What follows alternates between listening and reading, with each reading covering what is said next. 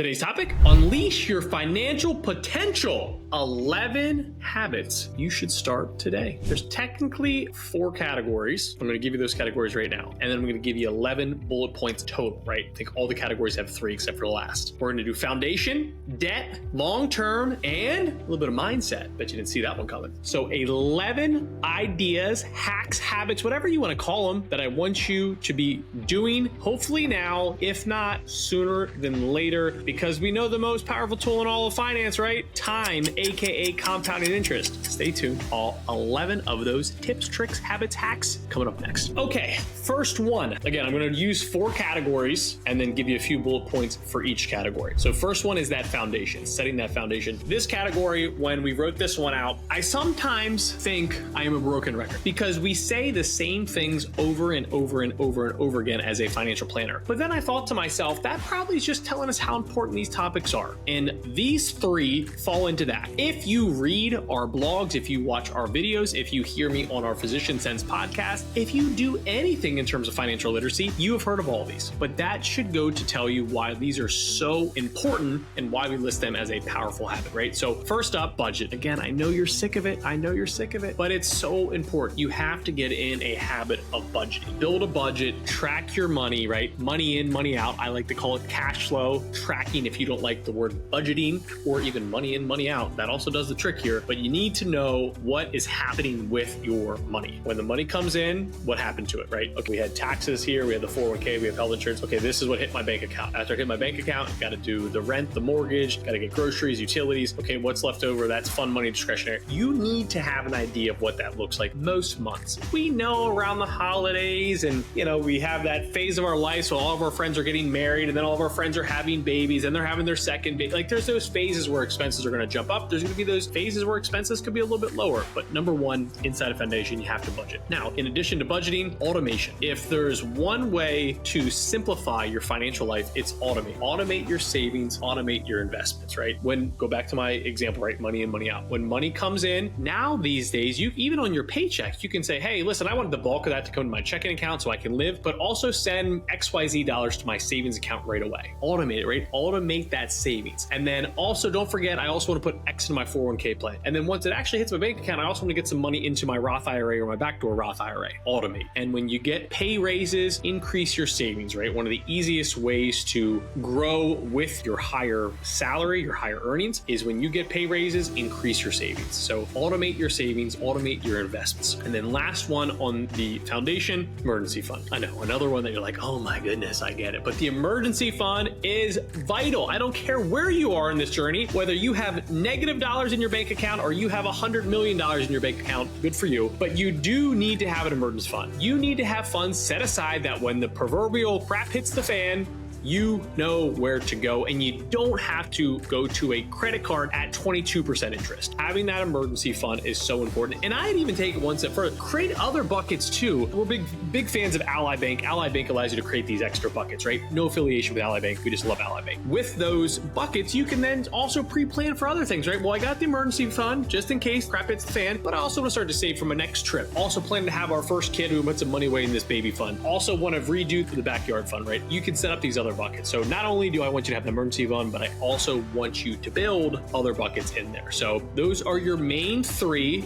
of 11 so far for the foundation. Next up, we're going to get into some debt topics. All right, next main category is our main group is physicians. Physicians, usually when they hear the word debt, the first thing they think about is student loan. I'm not going to go student loan heavy in this one, right? We're not going to go into public service loan forgiveness and all the updates occurring with servicers and this payment plan versus this payment plan and save versus repay, and repay is gone, but can we still use pay? No, that expired. What about IBR? We're not going to go down that rabbit hole. So first one in debt is I want you to prioritize high interest debt. When you think of high interest debt, the main 2 that I want to bring to your attention are usually private loans, and car loans can also be up there. Now, there was a period of time during COVID where car loans were also very cheap. Usually this is some type of a personal loan. This could be a true personal loan that you took out, or most commonly credit card debt, right? Credit card debt is probably your highest one there. Even with fantastic credit scores, you're still above 20%, right? You're 22, 24, 26, 28, 30% interest interest on some credit cards. Now, this is very dependent on one, the card, but two, your credit score, but prioritize high interest debt. So when you're walking through, again, coming back to that B word, right? Budgeting, and you need to prioritize high interest debt should be very high on your list, right? No pun intended there, but you should be going after that one pretty aggressively. Next on the list, I want you to think about maybe refinancing options. Now, at the time of this recording, I can tell you interest rates are much higher now than they were a few years ago. I won't plug in dates because then it kind of ages this video a little bit. It doesn't make it evergreen anymore, but depending on where rates are while you're watching this, and even now in a higher interest rate environment compared to what we were, you can still find lower rates than what maybe you had before when you took out a loan initially, especially if your credit score's improved, your income's improved, right? So consider refinancing to get lower rates. I will give one little note here for student loans here. Remember, private student loans, you can refinance as many times as you want to when you find that lower rate. Be very, very, very careful with federal student loans. Once you take them private, you miss out on every single thing that you could benefit in terms of debt forgiveness, whether that's through a public service loan forgiveness or a more traditional forgiveness, or who the heck knows what else could come down the pipeline. But just be very careful with that. Sometimes this is one where you took out a personal loan in your training where your income was extremely low, but now you're an attending physician. You might be able to refinance that to a lower rate. So just keep an eye on your current interest rates. If you have a chance to refinance, take advantage of it. The last one on this one is technically not debt, but watch out for lifestyle creep, or what Dr. Dolly, the Way Code Investor, says is continue to live like a resident. And as you grow financially, don't allow the pace of your lifestyle, one, ideally doesn't even keep pace, right? Hopefully it's lagging behind, or heaven forbid, outpace your income growth, right? That is your quickest recipe for financial catastrophe. Maybe not now, but in the long run, right? That is a really hard formula to make work in the long run. So keep a really close eye on that lifestyle creep, or sometimes we even call it lifestyle inflation, and keep an eye on that. Those are the three main ones that I want you to keep an eye on inside of the debt. So if you're keeping score at home, we're now through the first 6 of 11. All right, next section, longer term outlook, more of your traditional financial planning, financial advice topics. First one is going to be diversifying investment portfolios. If you've watched our videos in the past, you know that one of my favorite lines is low cost, diversified, control your emotions. So diversifying your investments can mean, I take it 2 separate ways. First way would be just diversifying your actual allocation, right? And sometimes this could be like, hey, I own some US stocks and some international stocks, but inside of the US stocks, I also have some large caps, mid caps, and small caps. I'm not trying to throw technical jargon at you right now, just referring to diversification inside of that.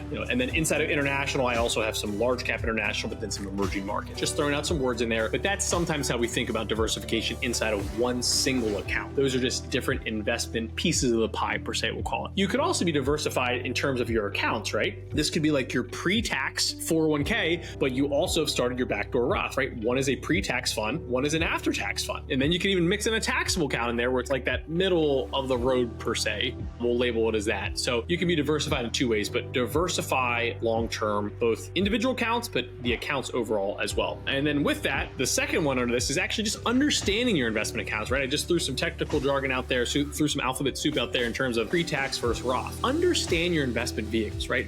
Let's just keep it to the employer side. You're watching this as an academic physician. You could have a 403b, you could have a 457b. Inside of both of those, you could have Roth options. Then outside of that, you could have a taxable account, a joint taxable account. You could have a backdoor Roth. You could have a 529 plan. There are so many different types of accounts. And while we always try to keep it simple, and really you can keep this pretty darn simple and be very dangerous in a good way in the long run, but understand your retirement accounts. Understand the purpose behind all of them. And this is also important for, we talked about diversification in the last one, right? On how you're going to diversify those accounts. If it's an account that you might need very soon, you might be all cash. If it's an account that you aren't going to use for decades, think more like a traditional retirement account, 401k, 403b, Roth IRAs, you might be much heavier in stocks. So just understanding the retirement accounts can go a long way, even in terms of going to allocate that. Last one on this list, we debated if we were going to actually add this one in here because I didn't want this to seem like a plug for me. It is not a plug for me, but seek professional advice. I truly believe that all of you can do this on your own. You can. Every now and then, does it help to maybe check in with a financial professional to double check your work? That is the one that I believe is a yes for everybody. Now, a lot of individuals will sit here, most of our clients, right? They'll sit here and say, hey, I love this stuff. I want to learn this stuff, but I still want to delegate it to you guys. Regardless of you wanting someone to be by your side for many decades or just a one-time checkup, at some point, maybe numerous numerous points, make sure you're working with a qualified financial planner to review your work, make sure that you are optimizing everything, you're not missing out on anything, and you are on that proper track. And that is one that I'd really label as long-term advice as well, because not only should they be to help you in terms of now, but also what that future outlook could look like. And no matter how smart he or she is, cloudy crystal ball, very cloudy, like extremely cloudy. But you're plugging in assumptions, right? They're still assumptions on their own, right? Interest rates, rates of return from the stock markets, your current numbers in terms of income versus expensive, family size. There's so many assumptions in there. And then you're going to allow those to compound over for decades, right? Let's assume it's a longer term plan. So it's a cloudy crystal ball, but it's probably your best chance to get a small glimpse into, hey, if we keep doing this, we should be on a good track. That's really what you're trying to get out of it. So that is our 9th one, 9 of 11 so far. 2 more coming up on the mindset, but those are your long-term ones that you want to keep an eye on. All right, last main category, mindset. One that does not get enough love in the financial advising space, but having the proper mindset is really important. And the first one we're going to lead with is continuous learning, right? As I'll tell our clients, I want you to be a lot smarter in the end of our time together, right? You should have an enjoyment, one, because it's your financial future, right? It's pretty important stuff. Like no matter how you want to cut this, it's very important. But 2, by us removing technical jargon and just having fun conversations about it, you naturally should be learning. But even outside of that, I want you to also be doing your own research, your own learning, understanding what this does and that does, and Roth IRA versus credit score, and this debt and that debt and this investment account. These are all things that you're never going to be upset that you learned about. So be a sponge. Keep learning about anything finance-based, anything insurance-based. I often joke with our clients when we first take on a new client, right? Anything with a $, we want to know about, right? Upload that, we want to know about it. And you should take that same view on the learning side of it, right? Anything that can come back into your financial future, you should be learning about it and understanding how this works, why it works, and why it's important for you. And the last one definitely does not get enough credit. I think we get so caught up in the day-to-day grind that even when we have these milestones, we forget to celebrate them. I'll use one of my favorite ones with our physicians, right? A net worth of 0. And if you're sitting here thinking, why would you celebrate a net worth of 0? That doesn't seem that cool. Remember, a lot of physicians are coming out of their schooling, their education with $200,000, $300,000, $400,000, $500,000 of student loans. Getting back to 0 is a huge win, right? That's one of those milestones that's fantastic. Setting up the emergency fund, getting your first $1,000 in emergency fund. These don't have to be like, oh, I hit 7 figures for the first time. I have $1 million in my Roth IRA. Huge win, and I love it, and that should be a goal. Get $1 million in your Roth IRA. But this sometimes just needs to be baby steps, right? Get the pebbles going. We'll get the boulders later. Get the pebbles going, right? Get the little things going. But I don't care where you are, celebrate your milestone. You increased your 401k from 7% to 9%. That's a win. You paid off that credit card. That's a win. Remember to celebrate your milestones. Almost like what we've done with everything else in this world, right? Gamify it, right? Add a little bit of excitement to it. Celebrate those milestones. When you hit this number, you're going out to that fancy dinner with your spouse to celebrate, right? Add in some wins in there, add in some celebration, but don't forget to celebrate those wins. And if you're keeping score at home, that is officially 11 out of 11 in terms of our financial habits that we want you to conquer now. Those 11 should have you in a very good spot. I'm hoping most of those you have in play or will put in play soon, but those are 11 good ones to keep an eye on. And there you have it. You should have 11 tools now to unleash your financial potential going forward. Like I said, we've covered a few main categories there. We did foundation, we did debt, we did long-term, and last but not least, mindset. So hopefully those give you some good things to think about, some things to build on. As always, thanks for hanging out with me for the last 15 minutes or so. Share some of your wins below. Tell me about some of your milestones. If you have questions, topics you want to see in future videos, please send them our way. We are now releasing weekly content and we want to build that around you. So please share some ideas, questions, thoughts, anything that you have as a win below, and we will use that as we continue to build our content going forward. Again, thanks for hanging out with me for the last 15 minutes or so. Subscribe to the channel here, bell icon here. That will allow you to get a notification every time we release a new video. As always, thank you. I'll catch you on the next video.